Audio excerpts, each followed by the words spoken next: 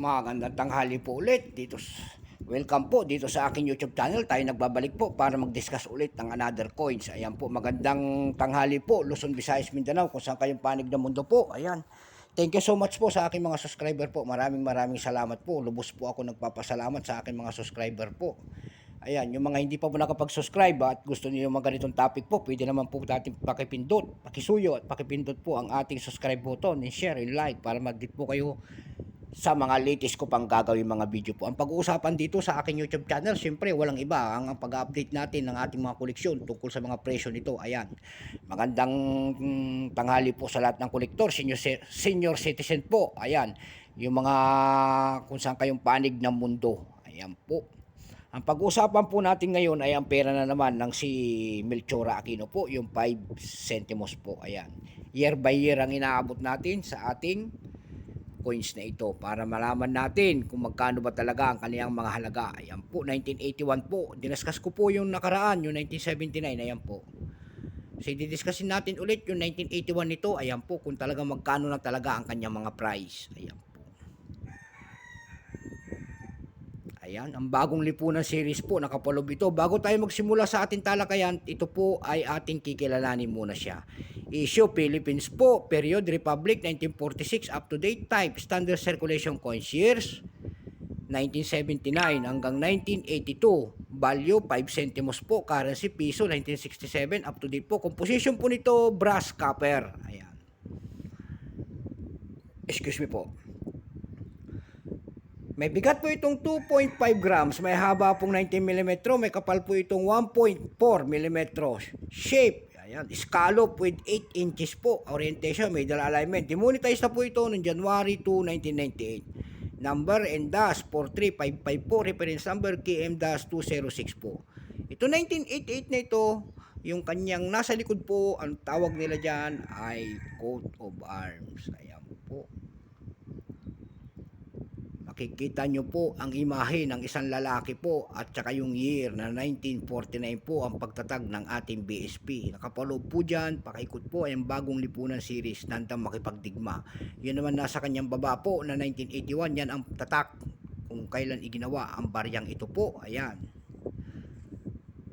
Dito po sa ating makikita ho natin dito sa kanyang harap po, ayan po, isang babae po na imahe po, nakaharap sa kaliwang bahagi po at nakataas din ang 5 centimos po. Dito sa malapit sa kanyang ano po, nakalagay po sa malapit sa kanyang batok po, nakalagay po ang kanyang pangalan. Siya po ay si Melchora Aquino po. Ayan. Ito po 1981 na to, may tinatawag silang tatlong variety po. Marami silang ginawa ito sa barya na ito, tatlong klase po. May tinatawag silang BSP, ayan po.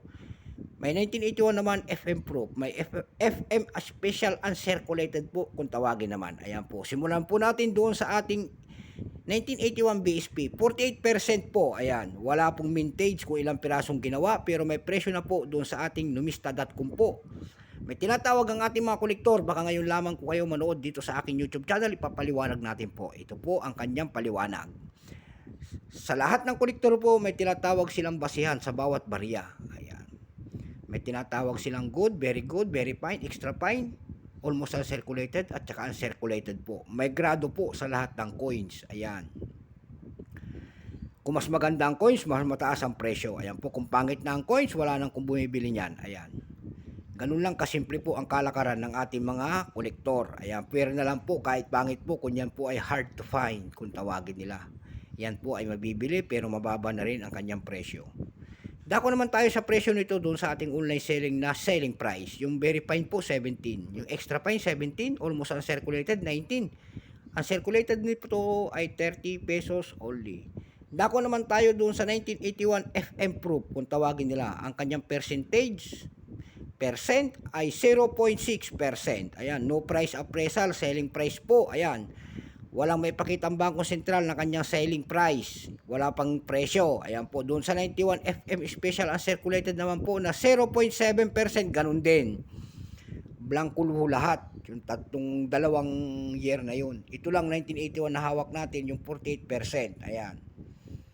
Dako naman tayo sa kanyang mga price doon sa ating online selling po. Doon sa numista.com po may nagbebenta na po nito na isang piraso po ay $6.93. Ayan.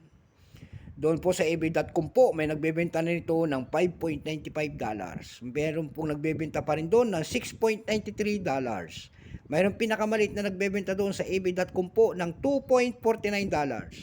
Doon po sa ating carousel PH po, may nagbebenta doon nito ng 40 pesos at saka 30 pesos per piece. Ayan. So daliwanagan sana kayo dito sa presyo ng ating Melchora Aquino po, 5 centimos po. So hanggang dito na lamang po. Ayan, hanggang sa muli nating pagkikita po at pagbablog ko po.